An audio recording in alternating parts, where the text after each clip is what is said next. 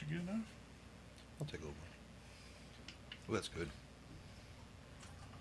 We just went live on my page. Yes. Okay.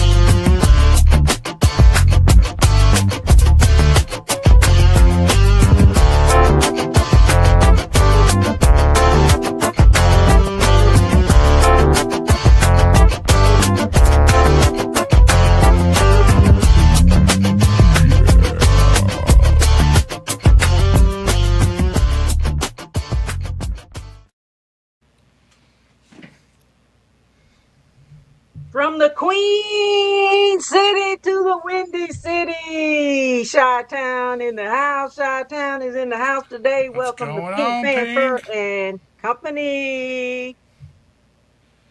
Cheers, Superfan guys. Thanks Thursday, for having baby. Yeah, us. cheers. Yes. It's about to get loud up in here. We're coming at you live from the studio. Yes, it's about to get live. You ask me why is it about to get loud? Because being a super fan is a thing. Yeah. So what we're gonna be doing tonight, we got some special guests tonight. And first of all, I want to say shout out to everybody for joining us in. Shout out to B on the ones and twos. Shout out to my guests tonight and all of you guys who's gonna be tuning in the chat.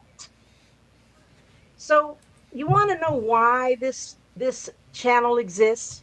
Because we're super fans and we're super fans and lovers of sports. And what we do is we give an opportunity for other super fans to come on here and talk about their journey, showcase their love for their sports, showcase their love for their team, and just kind of just share with everybody, their journey and why they do what they do and who they are, what they do, their personas, talk about their experiences during their team season. And that is one of the reasons why we have Super Fan Thursdays, and we dedicate this show to you guys tonight. All of you out there tuning in the comments and the viewers, we dedicate this show to all of the viewers and all of the super fans.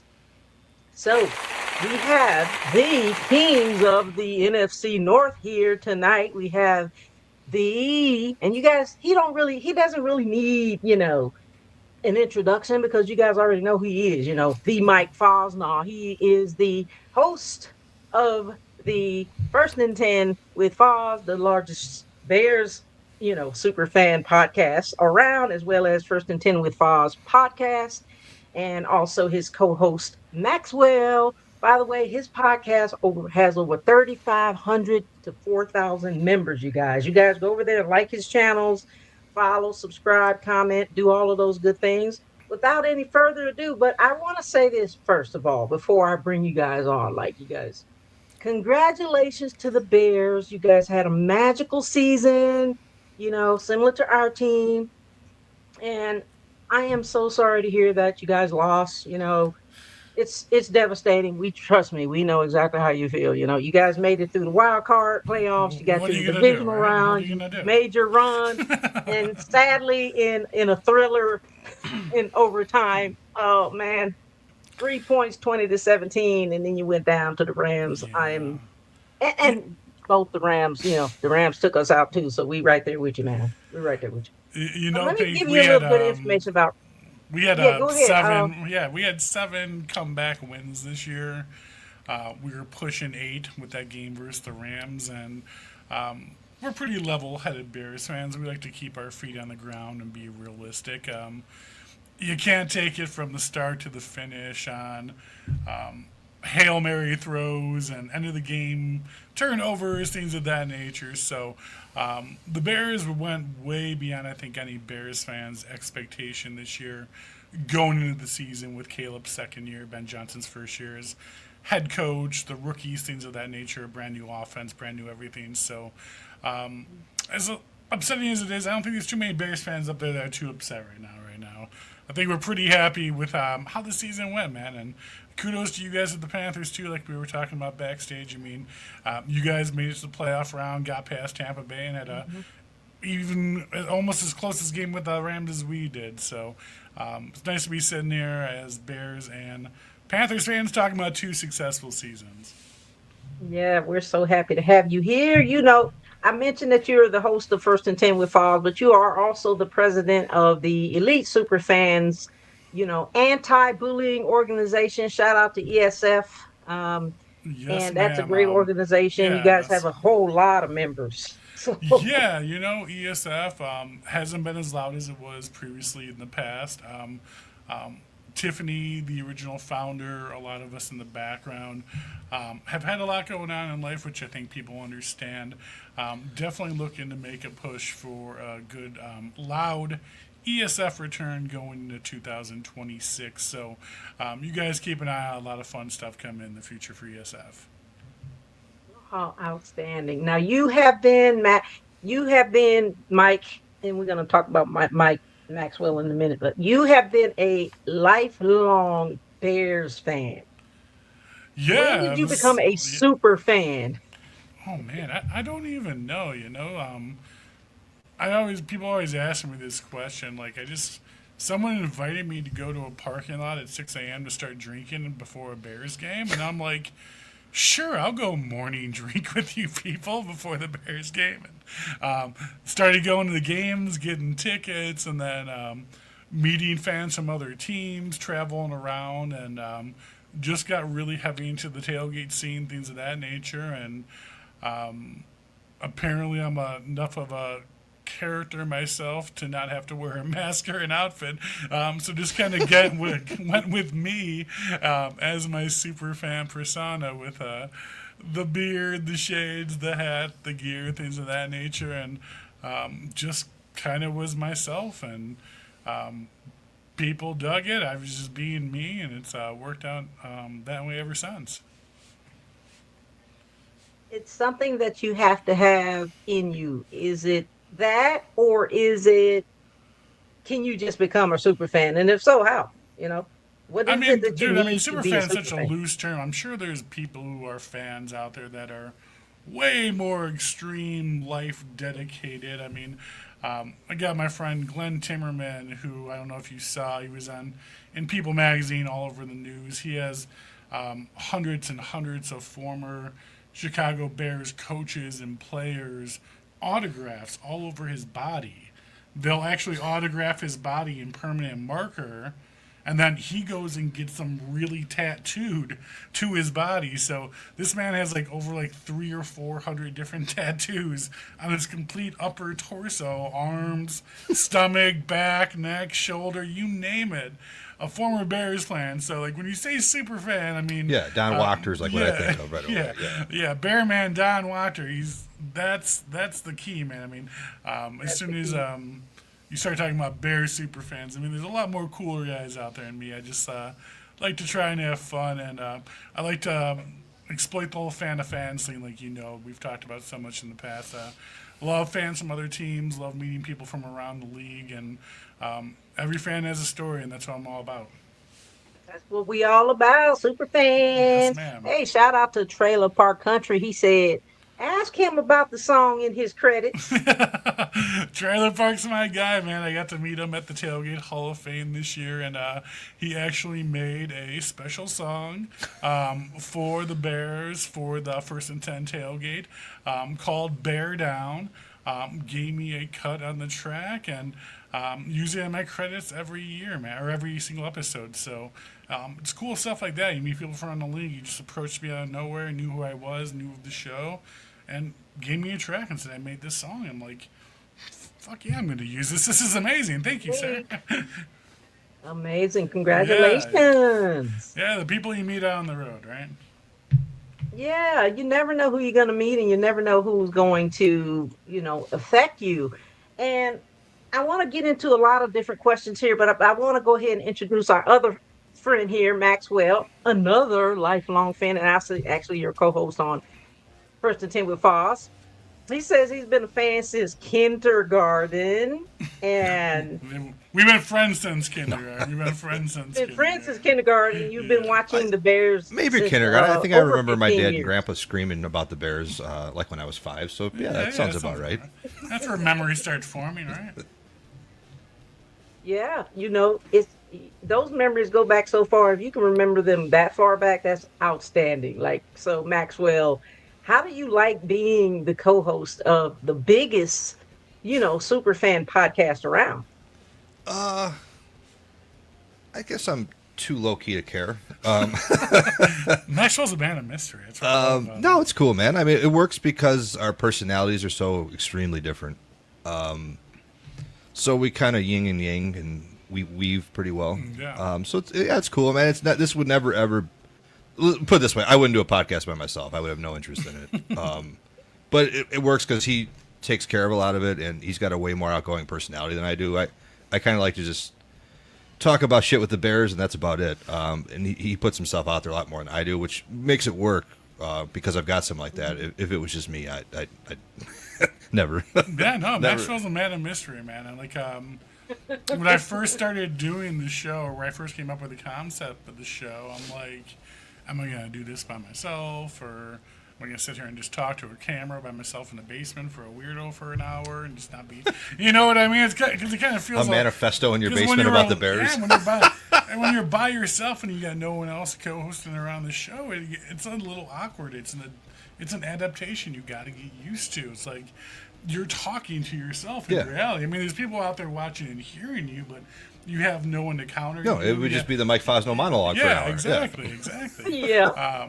So I'm like, me and Maxwell have been friends for years, watching football for years, and drinking beers on the couch, watching the games, going back and forth, giving opinions about our thoughts on teams' moves, trades, and he said it best. One of the things is he doesn't agree with me all the time. No. And that was the number one thing that stood out to me. I don't want somebody next to me who's going to sit there and be like, yeah, Foz, yeah, like that's not entertaining. That's not what I don't think anyone wants to hear.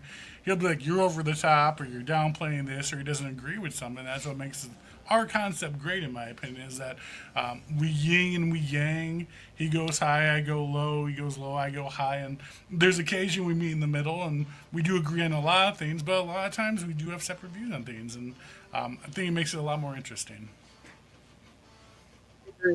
I agree with you. I do not want to do a podcast by myself. Like, I'm inviting you guys on this show to talk because I don't know if I could talk for a whole hour by myself. No. Sonya No. of Prim and Proper Sports, she does it a lot. She does it really well on her own. But me, I would run out of things to say. I would have to be doing my hair and makeup. Yeah, we'd get into like a lot of other crazy things. Like, yeah, I wouldn't.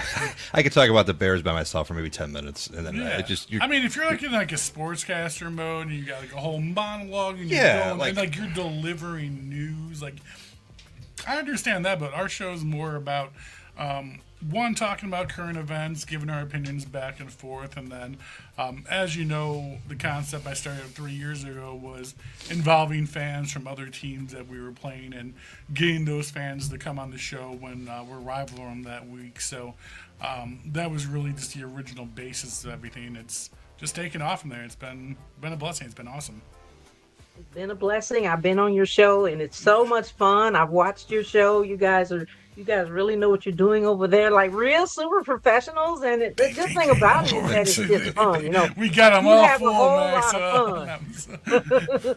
If you're not having fun, like what's the purpose? You know what I'm saying? Like, You just nailed it. If you take yourself seriously, you got a problem, like a serious problem. You nailed it right on the head. I mean, we talked about the show, how long we're going to do the show. how often we're going to do the show. Like, we don't do shows during the off season. We don't do shows unless there's a game going on or a game coming up or there's some current events or things happening.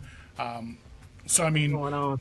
we, like you said, you got to have fun with it, and I don't get a lot of the podcasts, and there's nothing against anyone else who does it. Everyone do your own thing, but I just can't see myself week after week after week, 365 days a year throughout the entire year during 6 months of off season, talking about speculations and opinions and possibilities and things of that nature. I just don't. We don't find it entertaining. Scenarios. Yeah, I mean, you could go down a crazy Alice in Wonderland rabbit hole with a lot of that stuff, and at the end of the day, it ends up meaning nothing. Nothing happens that way, and that becomes a big waste of time. So we both decided that we're not going to do that. We're just going to keep it all meats and potatoes. Meat and potatoes. And just talk about meats and potatoes. And when there's no meats and potatoes, The occasional dessert episode. but you won't see us. You won't see us then. So you'll see us Keep when the there's something protein going and the on. carbs coming.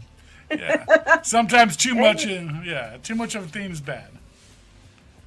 Yeah, I'm going to go into some heavy questions here in a minute, but I want to take a moment to shout out to the folks in the comments. We see you. We appreciate you for tuning in.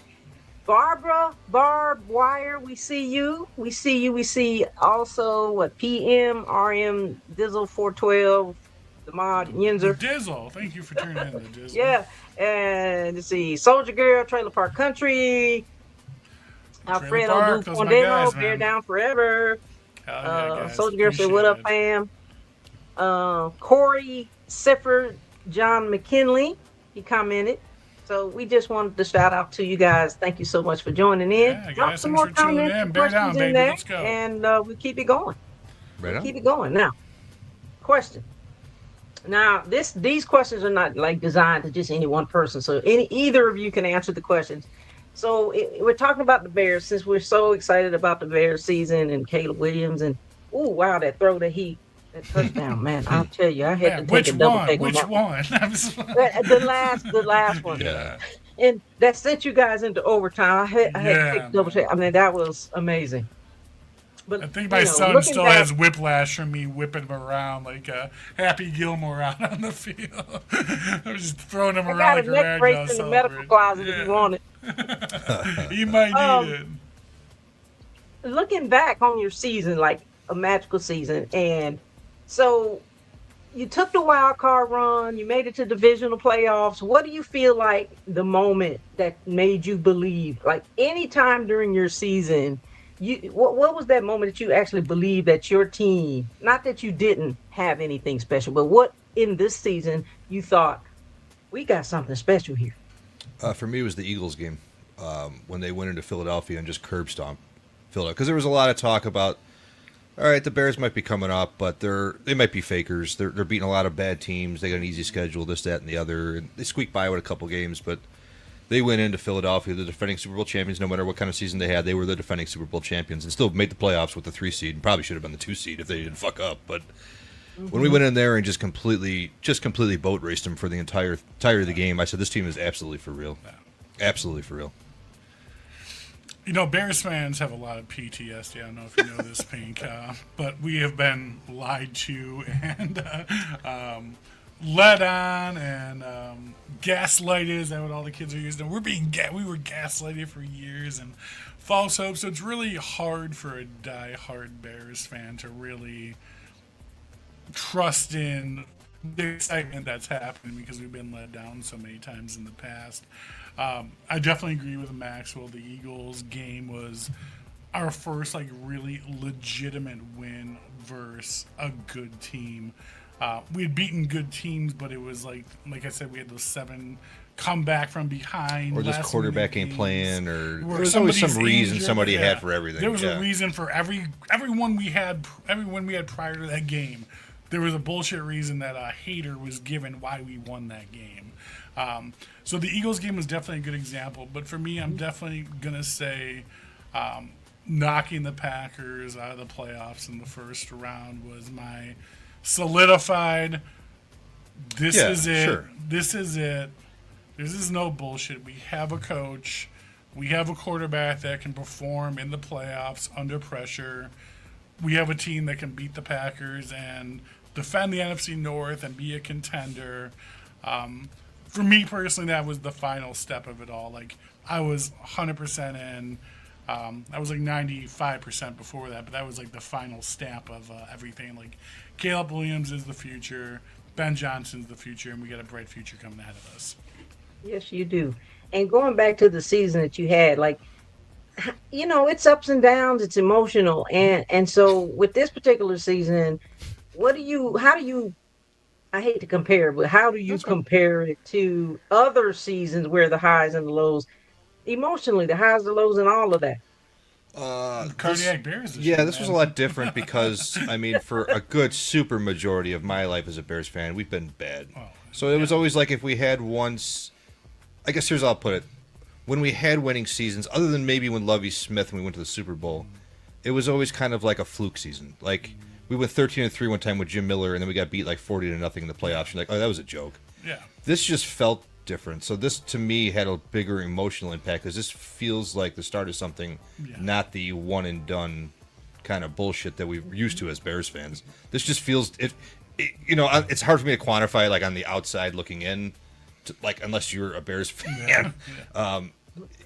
This just felt a lot different this year.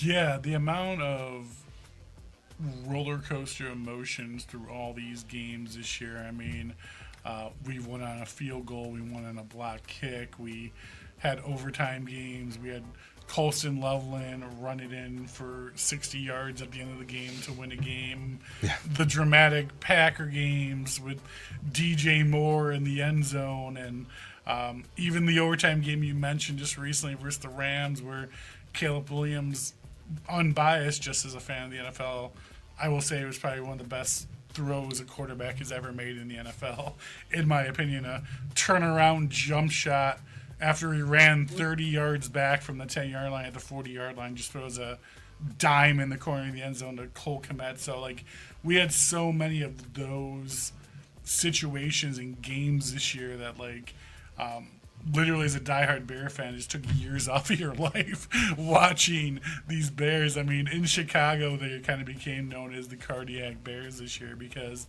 no matter what the situation, no matter what the issue was, no matter what the score was, fourth quarter, 2 minutes left, Iceman's coming in and you put a ball in that kid's hands and you just don't know what's going to happen, man. I'd say to answer your question, though, more directly, it was a lot. I emotionally invested a lot more in this season than probably in the last 20 years. And it didn't start that way, but it kind of just grew and grew and grew and kept going and going and going. And, by the end, it was a full-on buy-in emotional investment. Yeah, like I said, I mean, you walked away after the Rams game, and if anyone who watched the game, even you saw Soldier Field, nobody had their heads down, no one was crying, no one was upset. Ovation, yeah. There was a standing ovation. They got clapped off the field. Bears fans on social media, Bears fans around Illinois, like, we're extremely happy about the future that this team has right now. We have our franchise quarterback, we have our franchise coach. We have such a young offense and so many weapons on it right now. There's some minor improvement we need on defense as far as our defensive line for rushing the passer. But I mean, besides that, I mean, we had the most takeaways in the NFL as far as defense goes. I mean, we got some fine-tuning to do, but I think the Bears, as long as they do it right and continue on the path they're on, they're going to be a threat to be dealt with here in the future. Absolutely. Coming from the NFC North Kings of the North, I heard you mention, the new staff, the young players.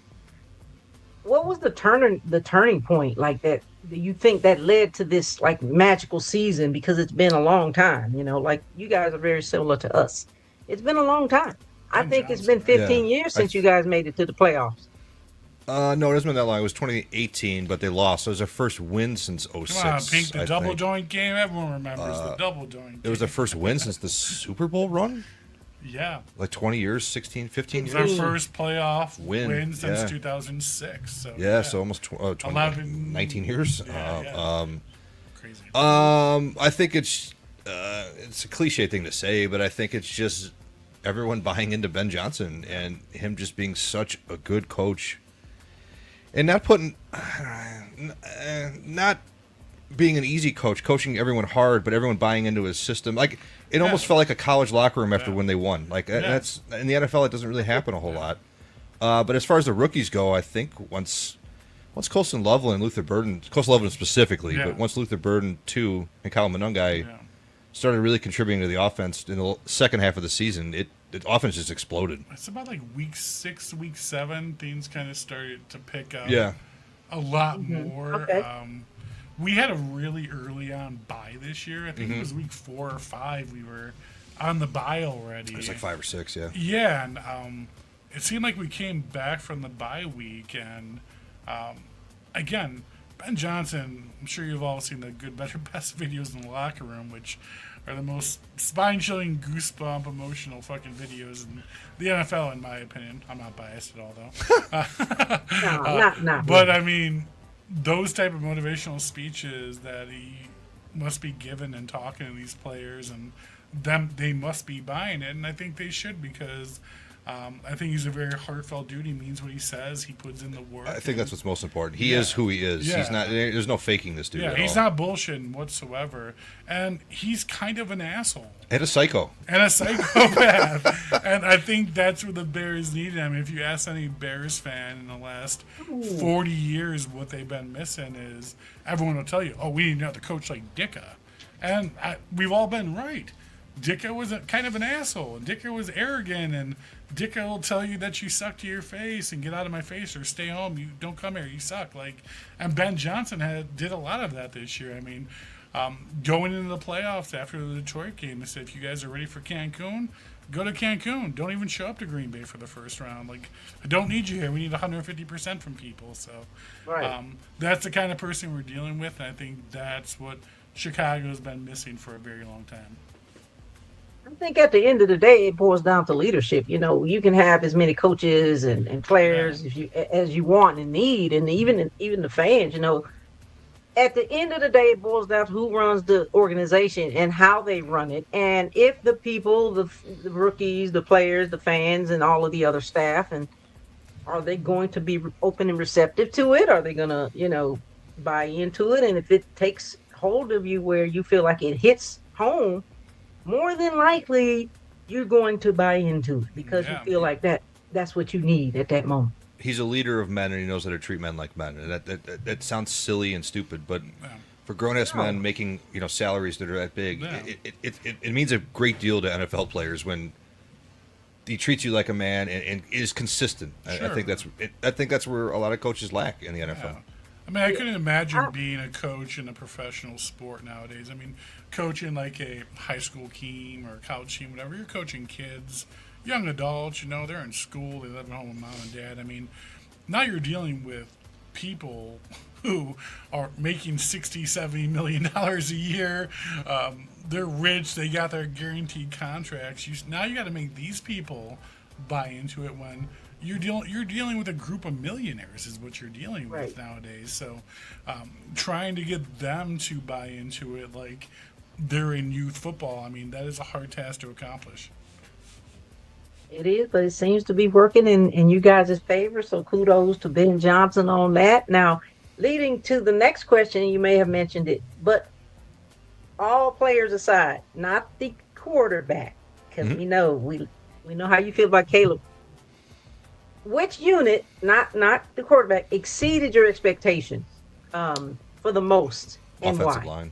Offensive line all the way. I mean, they were terrible last year, and they went out and they signed Dahlman, the center. They traded for Jonah Jackson and Joe Tooney to completely revamp the line, and that usually doesn't work well. Or you'll have maybe one of them's good and two of them's bad, or it works swimmingly well. They went from one of the worst offensive lines to one of the best in football in one off season with those signings and trades. So for me, all the way. I mean, that helps Caleb develop more. So that's connected to the quarterback. So I might be cheating, but offensive line definitely for me. I mean, I think that is the only technical right answer is the offensive line. I mean, if you had to choose anything else besides the O-line, I'd go with the dual dynamic of Nunge and Swift in the backfield. They really came around after week 5 and showed as a dual threat, especially Monange as a rookie. We finally got an angry runner. This dude's running people over. Get off the tracks when this dude's coming through. That's what I'm and saying. Then, yeah. And then obviously you cannot take away anything that our secondary did this year as far as takeaways. Beard and Wright and Edmonds, with the fumble recoveries, with the interceptions, things of that nature. The Bears didn't lose a game where they had 2 or more turnovers this entire year. So those are really where we excelled this year. But I got to go with Maxwell. The technical answer is offensive line. Good move. Correct. Yeah, it makes it all run. You can't work it without an offensive line. Nothing else Right, works. you're gonna definitely remember those special moments because those are moments where you have those fumble recoveries and all those pick sixes and stuff like that. No but doubt. punt return, those things are so exciting and electric. So I hope those memories stay with you guys forever. When you fumble recover a tush push on the there's a- Eagles, there's a- that's gonna stick with you for a little There's bit. a few yeah. places Yeah, here. the Those tush are push, they'll forever never places. stick with you, depending on whose tush it is. You know what I mean? Yeah, and you figure that was the Black Friday game versus the Eagles, which was the largest nationally broadcast football game of history ever to all different countries around the entire globe. That was the largest broadcasted game for free around the entire world was that Black Friday game. And you figure you have a second-year quarterback, Caleb Williams, coming out in a game like that, a holiday game, Black Friday, right after Thanksgiving to the largest broadcast ever. And you go out and perform like that, it's just leaps and bounds what that kid can do under pressure. It's just been awesome to watch all year. It's so amazing, and it's going to be electric. So looking into, as you guys close out the postseason, like I said, you guys are very similar to the Panthers. Been a long time for the both of us. We're both the cardiac bears and the cat. We made some moves too, like you guys. So looking into off season, like us super fans, we do not have off seasons. Okay, I'm just letting you know. No, ma'am. We do not have some off seasons because we're always preparing for the next thing, whether that be the draft, whether that be the off season events, whether that be the fan fest, whether that be whatever, chalk talk, those kinds of things. So looking into the off season, not for you super fans, but for your team, what's the one move you think draft, free agency, coaching? I mean, your coaching may need some tweaking in. I don't know. Players might need some. What do you believe, your team must make in the next step? Easy answer for me, but you go first. It's going to be our defensive line, hands down. Whether it's a defensive tackle, both a defensive end and a defensive tackle, you need another person opposite Montez Sweat, and you need another nose tackle up in the middle. Our QB passer rushing rating this year sucked. We allowed quarterbacks way too much time in the pockets to sit back there and pick us apart in the secondary and our corners, and that's why we were 29th overall as far as points given up in the NFL. Is quarterbacks they dropped back and had all day. I mean, any quarterback who's a professional NFL quarterback, good, bad, middle, medium, low, whatever, you give them time to stand back there for 3 to 5 seconds, and they're going to find someone open. And that's what the Bears were guilty of this year. So we really, really need to bring in another defensive end, and we definitely need someone to get to the quarterback. Max Crosby. I would come up to be like a counter guy to come up with something else, but there is nothing else. The Bears need a defensive end that can rush the passer opposite Montez Sweat. So it's same exact answer as Mike. Don't even touch the offense. Yeah, there's Leave other. the I mean, there's offensive other line. little things we'll need. You always want to draft another young lineman because the guys they trade for are getting older. It's always good to draft another secondary guy, another linebacker, sure. But what do the Bears glaringly need? And that's a pass rush, and that's not even debatable. Yeah. Anyone that's saying otherwise is an idiot. Yeah, which is probably, in my opinion, going to happen during the draft because I was looking at the 2026 free agents, and defensive ends, everyone who's going to be available this year are going to be in their early 30s. So I'm not really sure how much we want to dive deep into 32-year-old Trey Hendrickson or a 33-year-old Khalil Mack who's going to be a free agent this year. But again, who knows, man? Who knows? We're just couch cowboys here talking our opinions all night. But I trust in Ryan Poles. I trust Cowboys in with the biggest podcast around. Listen, I just talk on my ass, Pink, and people listen to it. No. I don't know question you do. I it, love but it. people. I was love talking it, to man. my guy I feel Andy. I that's see why you Andy's guys been got a good commenting fan all base. night. You just who you are. You just being exactly who you are, and we all love it. Your I fans love you. appreciate it. I want to take a minute, real quick, just to Sure. acknowledge some people in the comments. We do see you. We see your comments coming up. We see what Corey Siffer said, John McKinley, and then Alfred said, "Are you excited for the next season? What to look forward to?" Thank you as well. He said, "Go Bears." What Alberto said, "What's up, ladies and gentlemen? What's up, Alberto, Alberto?" Chicago Bears fan forever. Me and He you also go. said, "I Cheers, was brother. emotional that night. That hurt a lot." Yeah, and Matt Nagy era. Andy Abdullah said 2026 is a whole new ball game. O-line, nose guard, Yeah. Hakeem Nicks type of guy. And then Yeah. ref screwed up, according to Frank. So thank I you would so take much for you another guys' team comment. picks all day long, baby, all day long. Yeah. No, I was talking to Andy, and Andy's a big follower of the First and 10 podcast. I love him to death. He always makes sure he never misses a show. If I'm not on there at Tuesday at 7 p.m., he's messaging me or my wife, "Where are you? You going live today?" So I love Andy. He's my First and 10 tailgating brother. One of the best guys around. Can't beat him. Awesome. Thank you for tuning in, fans. How important is super fans, regular fans, standard fans, couch fans, fair weather fans? How important is the fan base and the super fan culture to your team's identity, especially during the playoffs push? I'll let Mike handle all that. I mean, I don't think the Bears are really truly known around the league as far as like super fans. I mean, a super fan, I mean, technically in 2006, in my opinion, and people may not agree with me, and that's fine, but you kind of tend to see more of a technical super fan as someone who's very loud on social media, has a presence as far as different social media channels, followers, things of that nature. You see them all over the place, so you kind of get they're in your feeds, they're all over your social media, things of that nature. But in reality, I mean, it's those diehard season ticket holders that really kind of are the bloodline of these teams. Don Wachter, who's also the number one super fan of the Bears, he's the face of the Bears fans.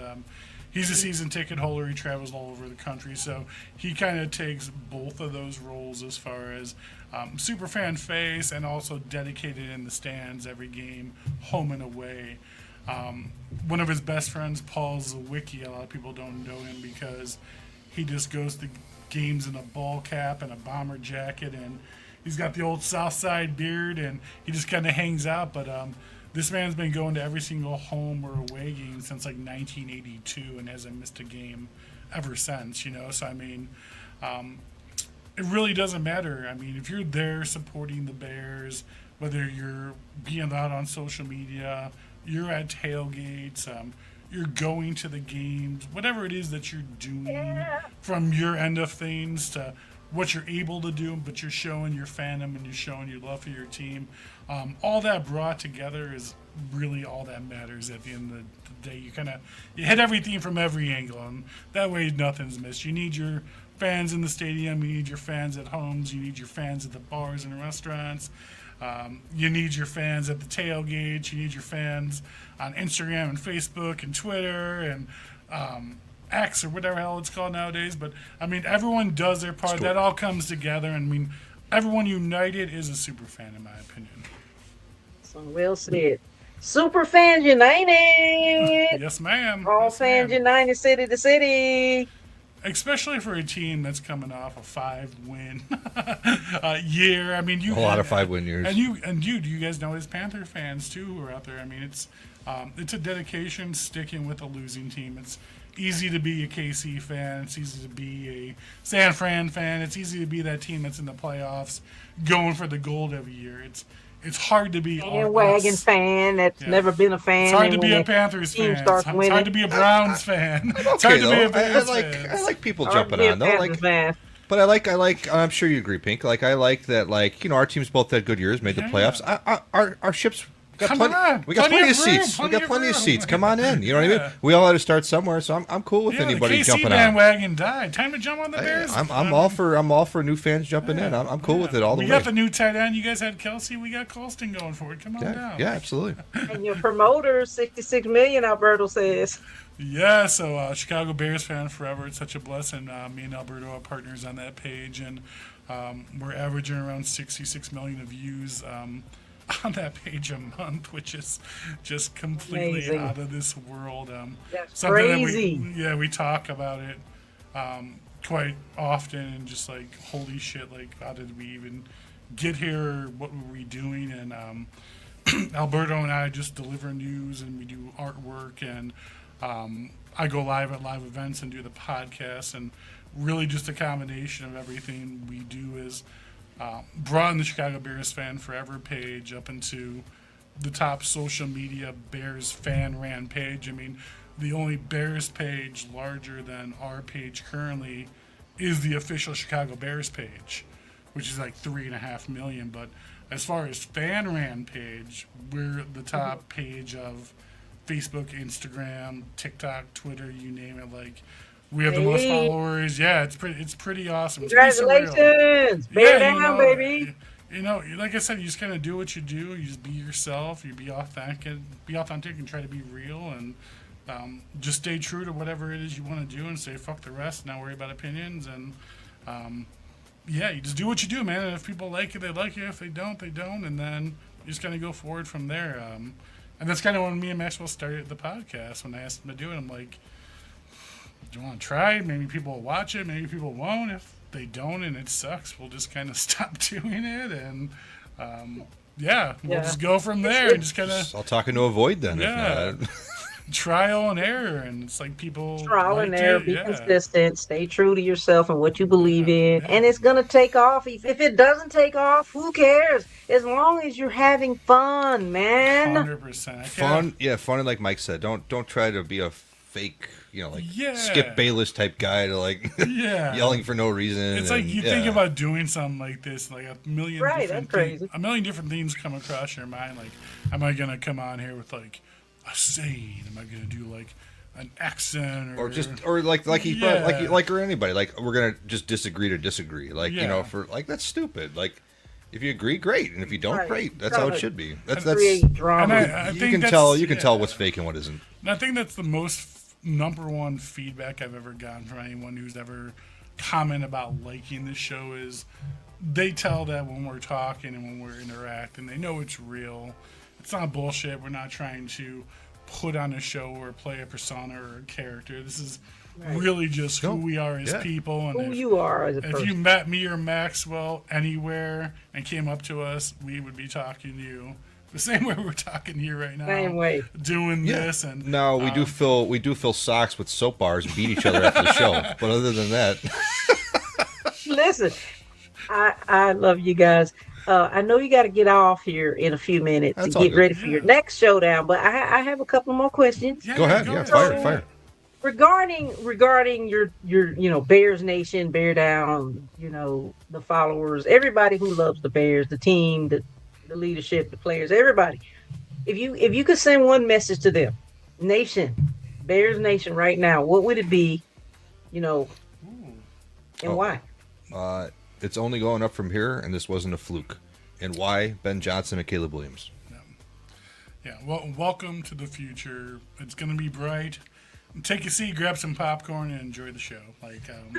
This is really the beginning of a lot of good things to come. And I tell your fans, the Panthers fans, all the fans out there, the Bears fans, everyone whose kind of team is starting to come around, dude, we work for this. We've earned this. We deserve it as fans. It's so gratifying to see all of our hard effort and work. It's like people kind of look at you funny when the Bears are winning 2-3 games a year, 5 games a year, and they're like, think you're crazy because you're dedicated to this team and spending so much time and effort towards the fandom. And it's kind of like you're getting on Bitcoin when it's down at the bottom, and now Bitcoin's going to the top, and now everyone thinks you're a genius, and it's a whole different story. So But yeah, it's gonna be a fun ride. And like I said, I think that's why Bears fans weren't too upset about this playoff loss.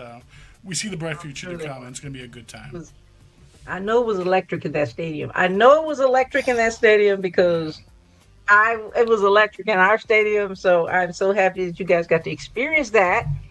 Not that it's not electric in your stadium all the time, but that's just a different feel. It's a different thing. Yeah, Sure, of course. It's a different environment. And so how was that? How was that being there in that arena? So I'll be 100% honest with you. Maxwell nor I are season tickets holders whatsoever. I've been on the list for almost 10 years now and haven't got the call from the organization. And I don't know if you guys know, what's going on, Bears? I know, right? Can you guys get them some PSL? You better call George. No, but in reality, I don't know if everyone out there knows cost of Bears tickets or how that persona is, but secondary market even for a regular season game to sit at the tippy top and the nosebleeds about $400-$500 a ticket. So me and my wife, we kind of do the Foz, Mrs. Foz thing. We're a team unit when we go to Bears and do Bears stuff. So we got 3 small kids at home. We're not millionaires. So when you talk about going to a Bears game and it's going to cost us $1,000 in tickets just to walk in the stadium, that's going to be a big fuck no from me, Pink. So I'm a big believer. And listen, man, if you have season tickets, you go to the games. That's awesome. When we get people on the show, they go to every game ever, travel. That's awesome. I think that's cool, and that's your thing. I am the biggest believer ever in the best seat for a football game is your couch. And I don't care what anyone says to me. Now listen, the tailgate. Now listen. You're not wrong. Now listen. The tailgating's a blast. I like doing the tailgate. That's a lot of fun. Yeah. That's cool. Right. It is. I then want to be teleported to my couch. I have no interest in going to the stadium. I've been to plenty of concerts at Soldier Field. I don't need to go to any Bears games there. And that's where I kind of I interlock the two. So I still go down to Chicago. I still tailgate with my crew. We get down there in the morning. We're partying. We're drinking. We're getting hyped up for the game. Only difference is people from our lot are walking to Soldier Field to go at the game. Me, I get in my car, I go home, and I either go out or I go to the bar and watch the game from that point. But yeah, until these ticket prices become more realistic, it is what it is. It is. Yeah, that makes no sense for them to be that high. Yeah, it's Chicago for you. It's Chicago. Illinois is one of the most expensive states for everything in the entire country. No political talk. That's just facts. no political, but it is. It's rather ridiculous. So, and then you have the Rams, who went as far as the Bears did, and you can go to SoFi any game of the year for $150 and sit right on the field because nobody cares about football in California. No. So it's just not fair, Pink. In LA, that's a good point. Yeah, it is what it is. I'd like to go to SoFi just to see the stadium. It's beautiful. It's unbelievable out there. Yeah, 100%. Yeah, I'm kind of hoping we would play you guys next year. I don't think we play you guys next year, but I was kind of hoping. Yeah. I think it's hard. The year after we play each other, I think it's like the 3-year mark. Yeah. Hopefully you guys come here because I know last year we went to you guys. Yeah, we would be coming. Unfortunately, I didn't come to that game, but I will. I've been looking for an excuse to come out to Carolina. I got my cat daddy DJ out there. Got to come see my cat daddy.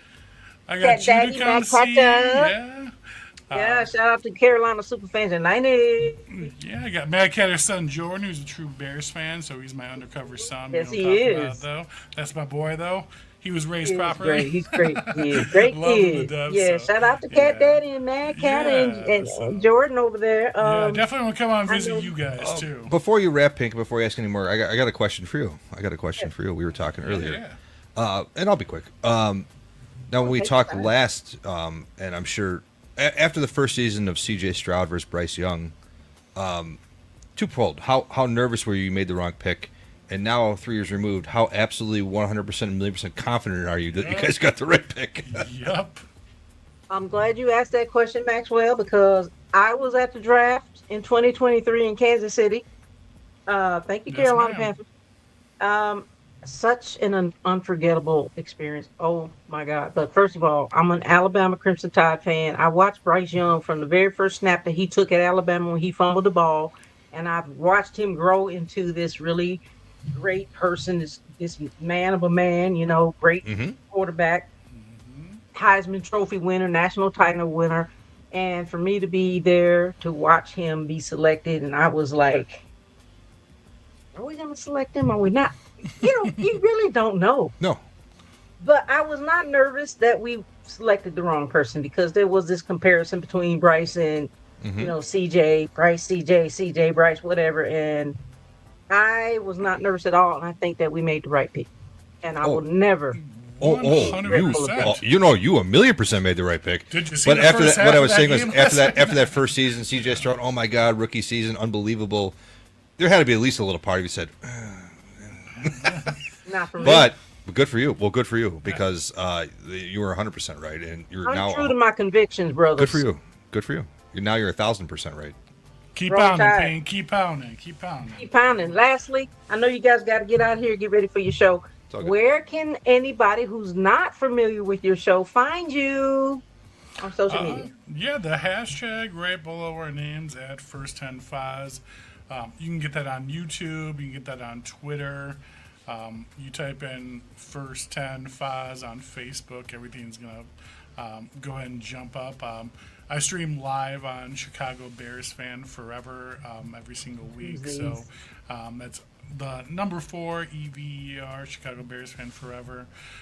So that's a great follow us on there. But we're kind of all over the place. And like I said, First 10 Fives, you type in those 3 words, you're not going to have any problem finding us whatsoever.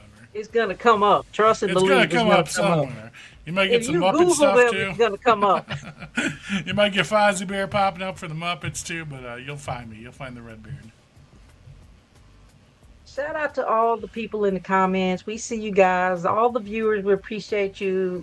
Soldier Girl, Thank Rick you guys Boone, for tuning in Bears tonight. All the Forever. questions, all the comments. It's awesome.